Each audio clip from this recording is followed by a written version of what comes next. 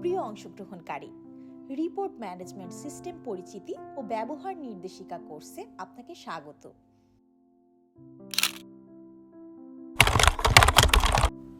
Report সংশোধন। অনেক সময় রিপোর্ট অনুমোদিত হয়ে সংশ্লিষ্ট অফিসে প্রেরণের পর তাতে সংশোধনের প্রয়োজন হতে পারে। সেক্ষেত্রে অনুমোদনকারীকে সংশ্লিষ্ট অফিসে আবেদন করতে হবে।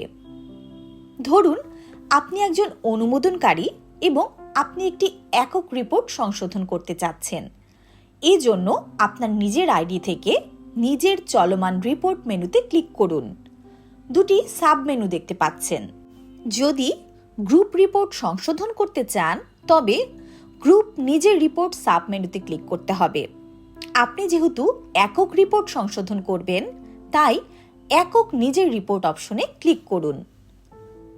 আপনি যে অনুমোদিত ও প্রেরিত রিপোর্টটি সংশোধন করতে চাচ্ছেন তার পদক্ষেপ অংশে সংশোধনের অনুমতির জন্য অনুরোধ করুন নামে একটি অপশন দেখতে পাচ্ছেন।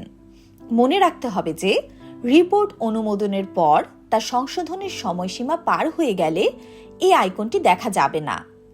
এখন সংশোধনযোগ্য নির্দিষ্ট রিপোর্টটি বেছে নিয়ে সংশোধনের অনুমতির জন্য অনুরোধ করুন অপশনে ক্লিক করুন। একটি পপ স্ক্রিন দেখতে পাবেন।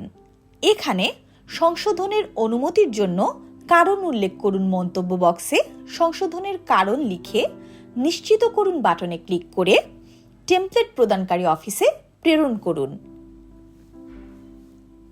এখন টেমপ্লেট প্রদানকারী অফিসের অফিস অ্যাডমিন প্রতিবেদন সেবা কাঠামোর সংশোধনের জন্য আবেদনকৃত রিপোর্ট অংশে প্রাপক অফিস থেকে আসা সংশোধনী আবেদনটির নোটিফিকেশন দেখতে পাবেন।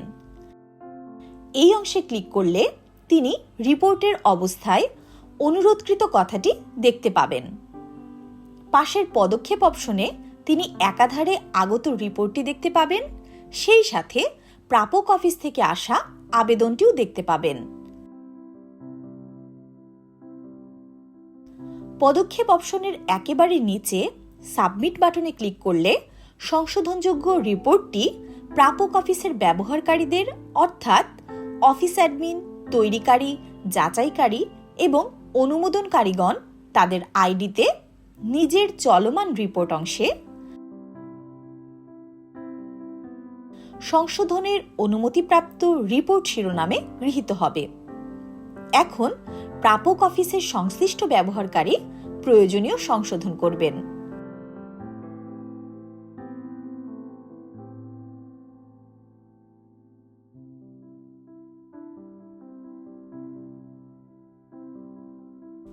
সবশেষে সাবমিট বাটনে ক্লিক করার মাধ্যমে রিপোর্টটি পুনরায় টেমপ্লেট প্রদানকারী অফিসে প্রেরণ করবেন।